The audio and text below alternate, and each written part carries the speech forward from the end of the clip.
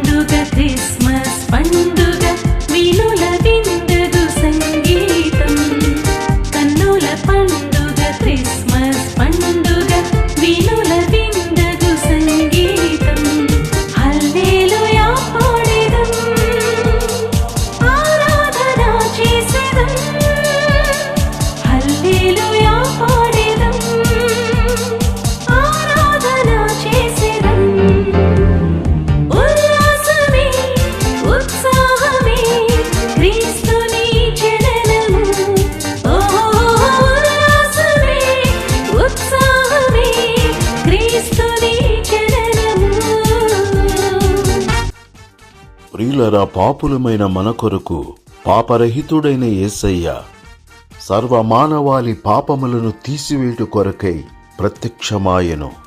ఆయన యందు పాపమేమియూ లేదు. యేసుక్రీస్తు ప్రభువారి జననము పరిశుద్ధమైనది, ప్రత్యేకమైనది.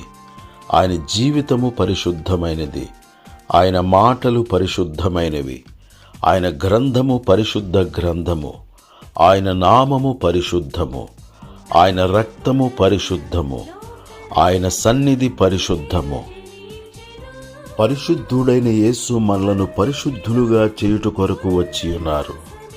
పాపము వలన వచ్చు జీతము మరణము గనుక మన పాపములను, మన శాపములను, మన మరణమును యేసుక్రీస్తు ప్రభువారు తీసుకొని మన పాపమునకు రావలసిన శిక్షను ఆయనే భరించి ఉన్నారు. మనము పాపులమై ఉండగానే క్రీస్తు యేసు మన కొరకు చనిపోయెను. యేసు రక్తము చేత కడగబడుట ద్వారా పాపులు పరిశుద్ధులుగా మార్చబడుదురు. పాపులను రక్షించి పరిశుద్ధులుగా చేసి పరలోక రాజ్య వాసులుగా చేయుట కొరకు యేసు ఈ లోకమునకు పాపులను రక్షించుట కొరకు వచ్చి ఉన్నారు. ప్రియ సహోదరుడా, యేసుక్రీస్తు ప్రభువారు ఇచ్చుచున్న రక్షణ భాగ్యమును నీవు పొందుకొని ఉన్నావా? ఇంకనూ నీవు రక్షణ పొందకుండా ఉన్నట్లయితే ఇదియే అనుకూల సమయము. నేడే రక్షణ దినము. పశ్చాత్తాపముతో నీ పాపములు ఒప్పుకొని విడిచిపెట్టుము. యేసయ్యా, నేను పాపిని, నీ రక్తముతో నన్ను కడుగుము అని దేవుని వేడుకొనుము. ఇప్పుడే నీ పాపములను ఆయన క్షమించుటకు సిద్ధముగా ఉన్నారు. దయగల మా తండ్రి, ప్రేమగల మా యేసు ప్రభువా, నిన్ను స్తుతిస్తున్నాము. నీ వాక్యము కొరకై వందనములు. ప్రతి ఒక్కరూ తమ పాపములను ఒప్పుకొని విడిచిపెట్టి నీ రక్తము చేత కడుగబడి పరిశుద్ధులుగా, నీతిమంతులుగా మార్చబడినట్లు నీ కృపను అనుగ్రహించుమని క్రీస్తు యేసు పరిశుద్ధమైన నామములో ప్రార్థన చేసి అడుగుచున్నాను తండ్రి. ఆమేన్.